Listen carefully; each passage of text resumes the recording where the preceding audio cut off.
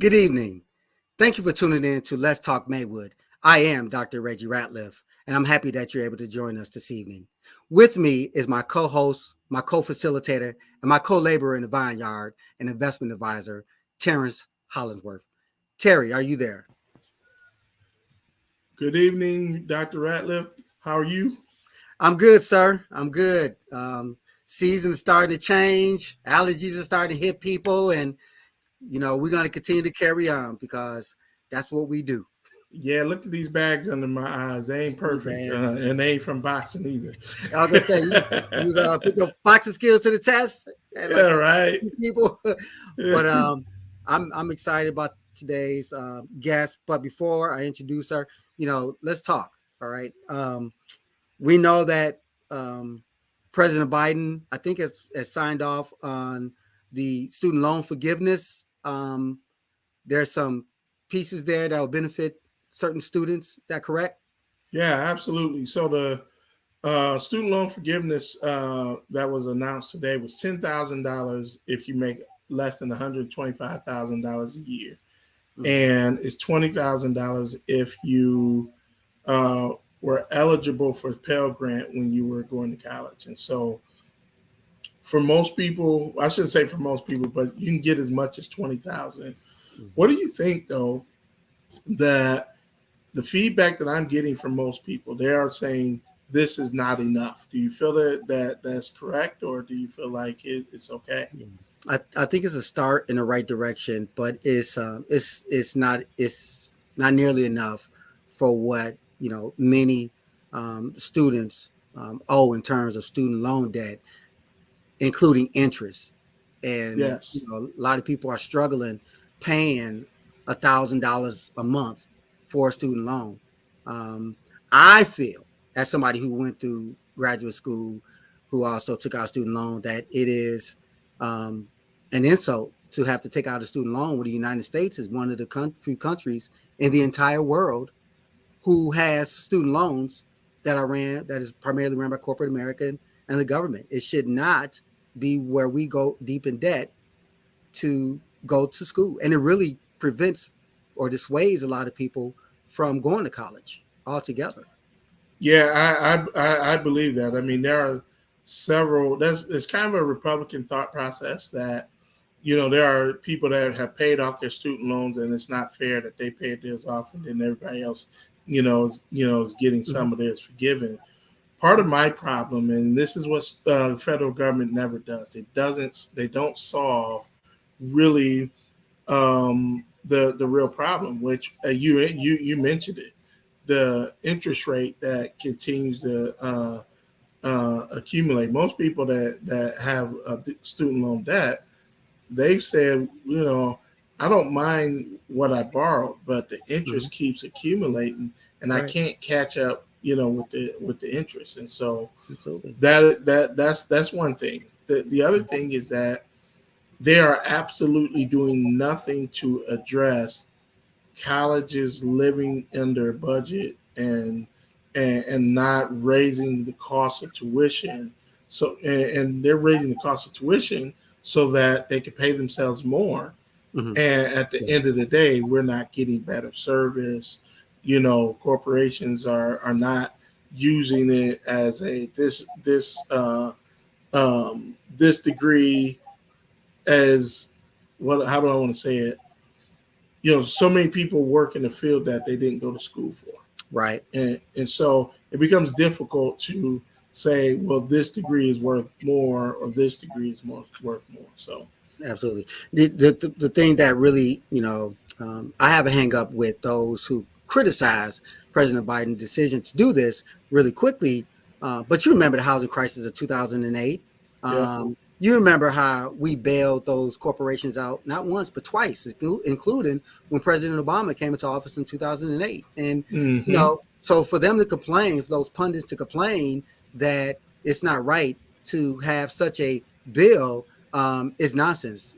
I don't believe in double standard. You cannot tell me that it's okay to pay billions of dollars to companies to pay their debt so they can survive because they think they're too big to fail. When we're talking saving the American people for low to middle class and working class people to save the U.S. economy.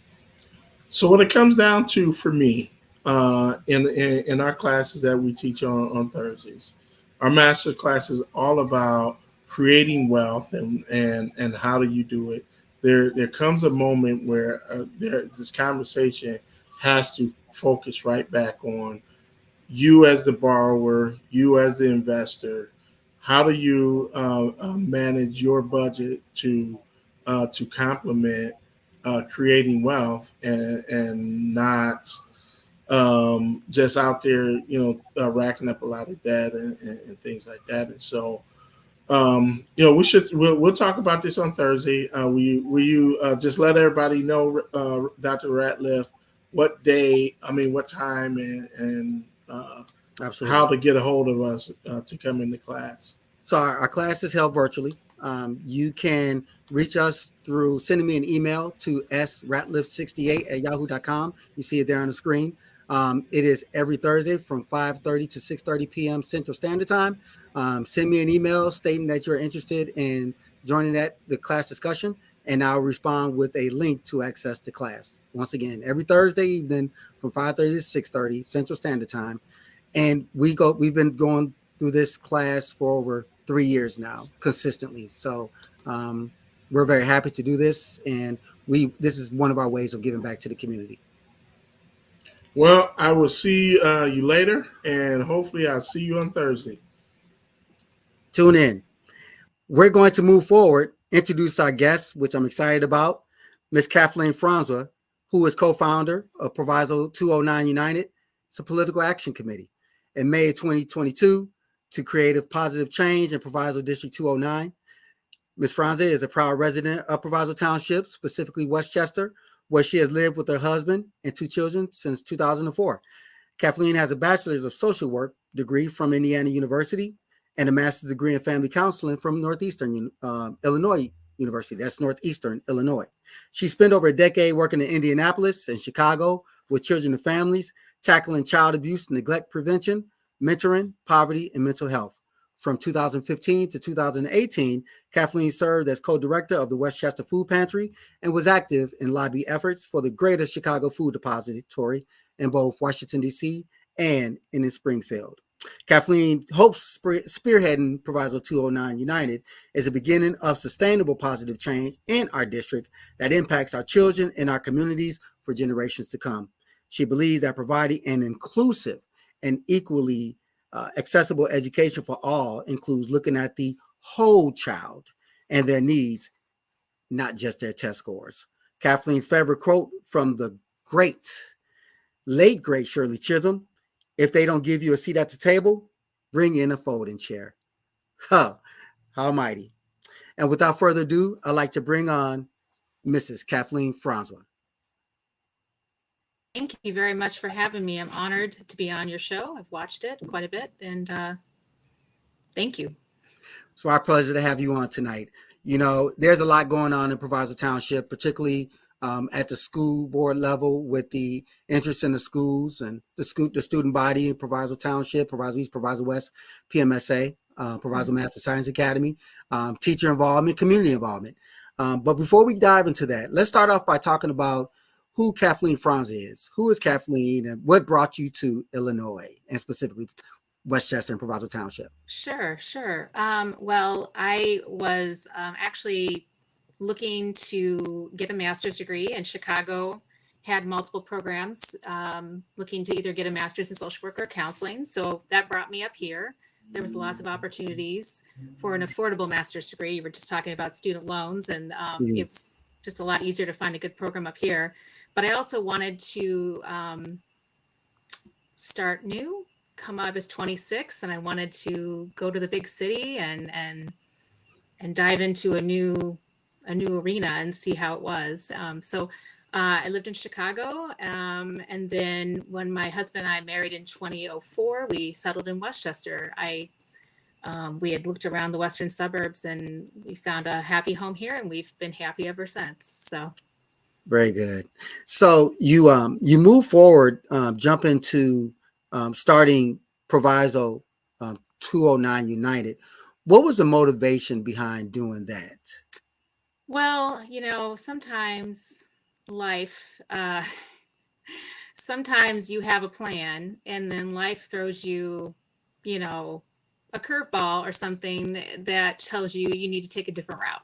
Hmm. So I was looking to, expand my therapy repertoire and go back full time to working as a therapist. And my son started high school at Proviso, and things started to change really rapidly during the pandemic at 209.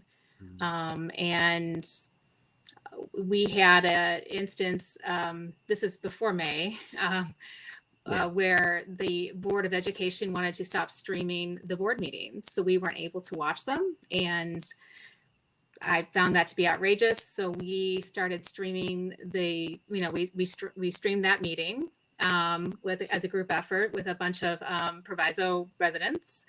And then we kind of grew this group of teachers, parents, and community members that care about District 209. And it kind of morphed into this idea that we want change in Proviso Township schools again. So that's what spearheaded the need for that. So that's why we started the group, we want to increase transparency and accountability in the district for the students. Very good. That's good to know. It's also disheartening to hear that the board decided to not live stream the board meetings. Well, we did pass a petition around. Yeah, it was alarming. It just seemed like more and more. We did get a new superintendent in July of 2020 during the pandemic. And once he started, slowly transparency and accountability started falling off the radar.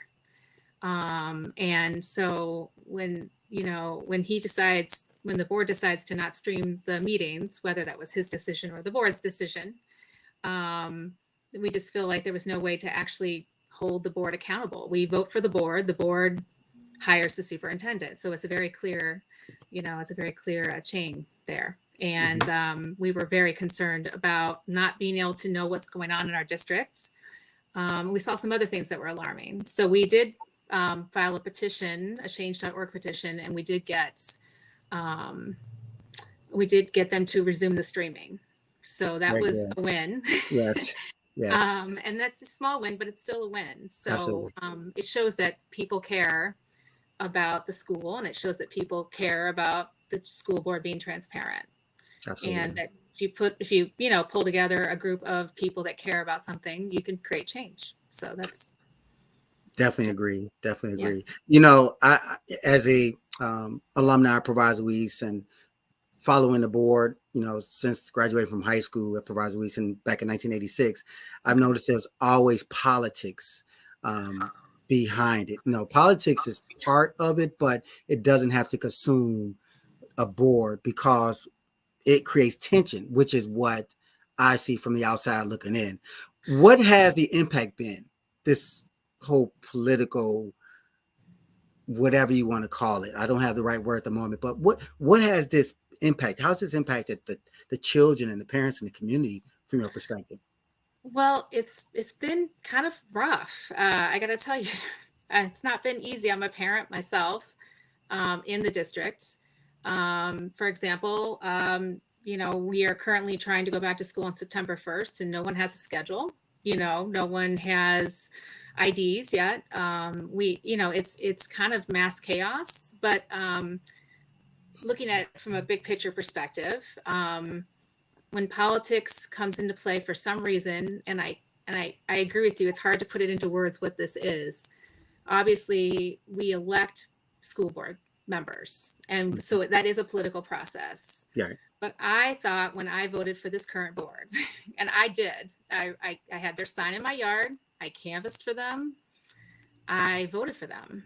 Not this last cycle, but I voted for them the other two times. Sure. I voted for all 7 of these board members and supported them at one point. I thought that their message to the community was that they were trying to keep the politics out of our school board. And here we are again. I feel like it's back. I'm not sure, how it happened, but we have a board that's ignoring, the majority of the board is ignoring what this superintendent is doing. and the choices are not pro-student. They're not pro-teacher. And there's a dismantlement of any progress that was made in the last 10 years with Proviso. We're seeing that dismantlement. So it's really discouraging. It's been hard. I know teachers and parents and community members are concerned, upset. Students are concerned and upset. Yes. It's hard.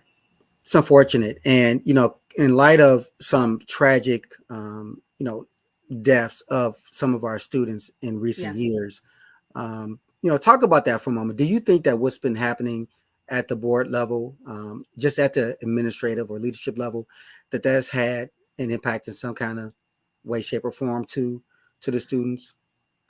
Well, I don't think directly, but I think, so let's look at this. This is a perfect storm for a mental health crisis for our youth, right? There's, and I look at mental health is really important to me. Obviously, it's kind of what I do, but yes. Let's look at the whole child for a minute.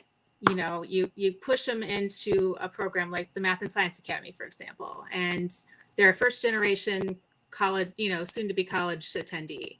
And there's lots of pressure. And then they were home for the COVID pandemic. They may have had to help their family members by working. They may have had to care for younger children.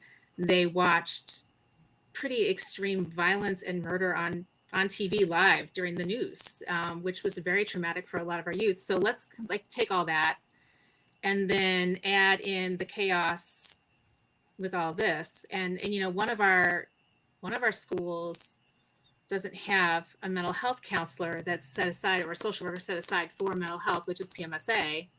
And I would argue that the other two schools don't have enough. You know what I mean? They don't have enough of those services in-house that we spend money on, that we received $19 million in ESSER funds during the COVID pandemic to help with all of this, learning loss, mental health, and I don't see it being spent on the students. And that's an issue, and that's an issue. And so when I say whole child, I mean, it's great to give kids test scores up and get them into college or get them into trade school, whatever they decide to do. Right. But to be a successful adult, you also have to be, not anxious, depressed, or suicidal. And that's key. Yeah. So I'm certainly not putting the onus on the board or administration. I'm simply asking the question, which you answered so succinctly, about the causes, whether it's indirectly or in light of, that's leading to our children struggling. And you answered that very well. And I appreciate you doing that. It also begs the question of what is in the future of our children, being that there's problems with starting the school year without having accessible resources. And the ID and all that. So what is that looking like? Well, I mean, I'm going to be honest with you. I mean, PMSA, that's where my son is going to be disorganized and it's going to be chaotic. But it didn't lose the amount of teachers that West and East lost over the summer. We had a lot of teachers leave. And if I could just pause a minute and just say, because I know some teachers are watching, but I'm not just saying this to please them. I have never had such admiration for a group of people like the teachers that work at Proviso. Okay. They're wonderful. And the support staff and the security guards, I mean, all of them are wonderful, wonderful people who are there because they want to be there, not there because they need a job, because they can go somewhere else and make more money. Let's face it. They want to be there. And my son had the best, despite the in a walkout and a strike, had the best school year of his career as a freshman. So it's worth, first of all, there's a lot good here. It's worth fighting for, in my opinion. And to circle back to your question, my worry is for safety and security of the buildings. If you don't have IDs, Proviso West and Proviso East won't know who's a student and who's not a student. And that is a huge red flag. So if you want to secure your buildings, and I know that the goal of the administration is to try to secure the buildings, they had lots of intruders come into the buildings, other kids trying to jump kids in East or West. That happened last year. And it's you know, you don't have IDs working for students. Security, maybe there's not enough security to check IDs. Doors Right. aren't secured. And then you've got teachers having key cards to get in that don't work. So then you've got anybody that's available to open the door for a teacher, which is okay. But then what if it's not a teacher? Right. Right. Right. So I feel like the safety is going to be a huge thing for East and West. Preventing any kind of incidences. But it's also going to be learning loss for the students if they don't have a teacher. I know there's a national teacher shortage.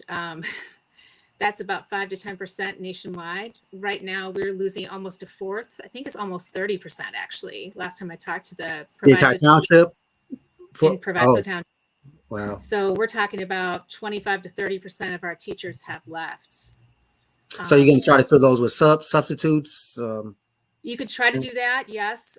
Some of the classes are challenging to sub, and there's just not enough bodies. There's just not enough bodies to go around. We are waiting to see what it looks like. It may be online learning for some classes. We don't know what that's going to look like yet. Wow. But I can tell you, I've got the list of teachers' names from the union. It's a lot. And these aren't people that wanted to leave, but they weren't being treated. They weren't being treated well, and they didn't want to stay to be treated badly. It was not an easy decision for them. A lot of them were real upset. So it's just really hard to watch all that. So I feel like this year is going to be hard on the, it's going to be hard on the kids. Yes, and that's unfortunate. Yeah. I do hope there's some type of resolution. And speaking of which, I do understand there are some new candidates that made their announcement recently that they are going to run for school board. Is that correct? That is correct. We have, we spent months looking and interviewing wonderful Proviso community members. So I didn't interview anyone with my team that I thought was, not a good viable candidate for school board, but we had to pick 3 that we thought were the best for right now for Proviso, the best fit to run. And they're wonderful. We've got, do you want to talk more about the candidates? Absolutely. So Jenny Barbahan, she's a Forest Park mom. She has a student at Proviso East, and she is extremely active in the community. She is the one that started the Facebook group to kind of hold the accountability factor there. So she's been working with me since day one. We're both speaking up loudly on social media during the pandemic about the lack of transparency, and we sort of partnered up, and now we're good friends. But she is amazing. She's a parent that has no political agenda. She wants to see that change that she started to see. So she had her son's going to be a senior this year, but he was a freshman when Dr. Patrick Hardy was the principal at Proviso East. I don't know if you've ever met him. Is he at Oak Park now? He actually got a new job at Hinsdale. Hinsdale took him from Oak Park. Yeah. Hinsdale Central, Hinsdale South. You know which one? I think it's South, but okay. Nonetheless, that's good. He did, yeah, he did really. He got a great job offer. So he was amazing, and this superintendent and board did not fight to keep him.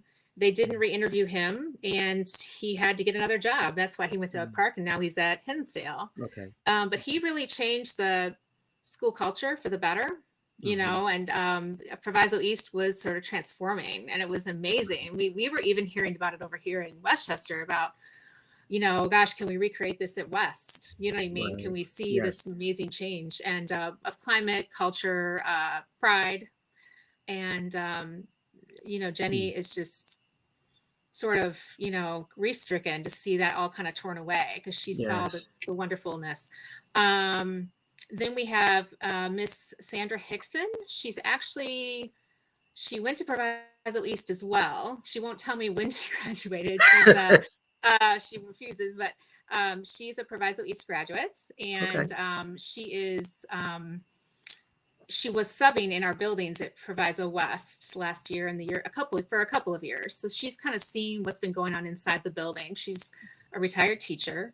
Okay. And what a I mean, she knows what Yes. it's like to be a teacher. She knows what it's Mhm. like to be a parent. She's got a grandson, so she knows what it's like to be on both ends of that. And again, Right. she's a public servant.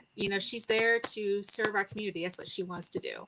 She Hmm. loves the students, and she wants to, you know, um, she wants to serve them in a different way this time. Instead of being in the classroom with them, she wants to see some positive change. And she Absolutely. is amazing. So she also has served on a board before. She was in Bellwood's District 88 Okay. board. So she's got some experience. I mean, she kind of just knocks it out of the park as far as a candidate for me anyway. Hmm. She's fantastic. And then we have David Ocampo. He is a parent in Westchester, actually, and I actually know of him before this vetting process. And he is a data engineer, and he, really, what our ticket was looking for was finding someone that was going to look at data to make decisions, Absolutely. not just randomly, like, let's put this program in here. I hear it's good. Right. But like, let's look at the data that shows that this helps our students. Why is this a good fit for Proviso students? Let's look at the data. What's worked, what hasn't worked. Right. And he's your man. He's got he also has 3 younger children that he wants to send to 209. Fantastic. And he's looking ahead, but he wants to get involved because he wants to be part of the solution, not just complain about, well, I want this to be different. Sure. So, yeah. So we Sound have like great, very strong candidates, indeed. Absolutely. yeah. And again, all parents were teachers with no political agenda. They are here as parents, Hmm. and they care about the community, and they're in the community already doing a lot of active work with others. Boy Scouts, Cub Scouts. Sandra Hickson is got in a sorority. She's gonna hate me for not remembering her story. But she's very involved. She was volunteering all weekend at the Taste of Bellwood for the Village of Bellwood. She's very involved in our community. So these are already people that are already active.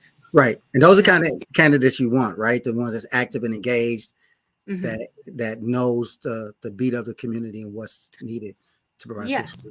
Yes. Yes, absolutely. And she's, I can't be more excited about these candidates. I'm ready to show them around, get out there and do more. So and you're one of the campaign managers, is that correct? Yes, I am.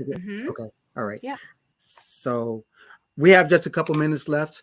Sure, and so, it's been a pleasure talking to you, and do wish you and your team all the best. The election is April 4th of next year. Is that correct? Yes, that's correct. Yes. Okay. All right. And I understand that everyone is pounding the pavement, going to the Taste of Bellwood and other activities, events to let the community know what the agenda is and why they're running, and what their vision is. Is that correct? That's correct. We're looking to continue our tour of Proviso. So we'll probably be doing some town halls in your community. Fantastic. Everyone. I like that. Yeah. Tour Proviso. I think that makes sense. Yeah, we have to reach everybody. Yeah. It does, certainly. And we stand for, our vision is an inclusive education for every student. We're here for every student, and that's the goal. Transparency, accountability, inclusion. Well, I'm going to leave it the last words with you, and please share for the next minute or two any thoughts or anything that you may want to mention in your final words to your audience, to the viewers, and the stage is yours. Okay, thank you. Proviso community, thank you for listening and giving me a chance to talk about our ticket and our goals and our vision. Please consider supporting Proviso 209 United. Please come to our events, follow us on Facebook, and join us in having an inclusive, transparent, accountable school board in the future for all of our students and for future generations of Proviso students. Very well said. Thank you so much, Ms. Kathleen Franzwa. Thank you for tuning in this evening, everyone. Tune in for our next Let's Talk Maywood podcast, which is filmed every Wednesday at 6 p.m. Central Standard Time. I am Dr. Reggie Ratliff. Thank you again for tuning in. Like us on Facebook. Be safe. Have a blessed evening. Good night.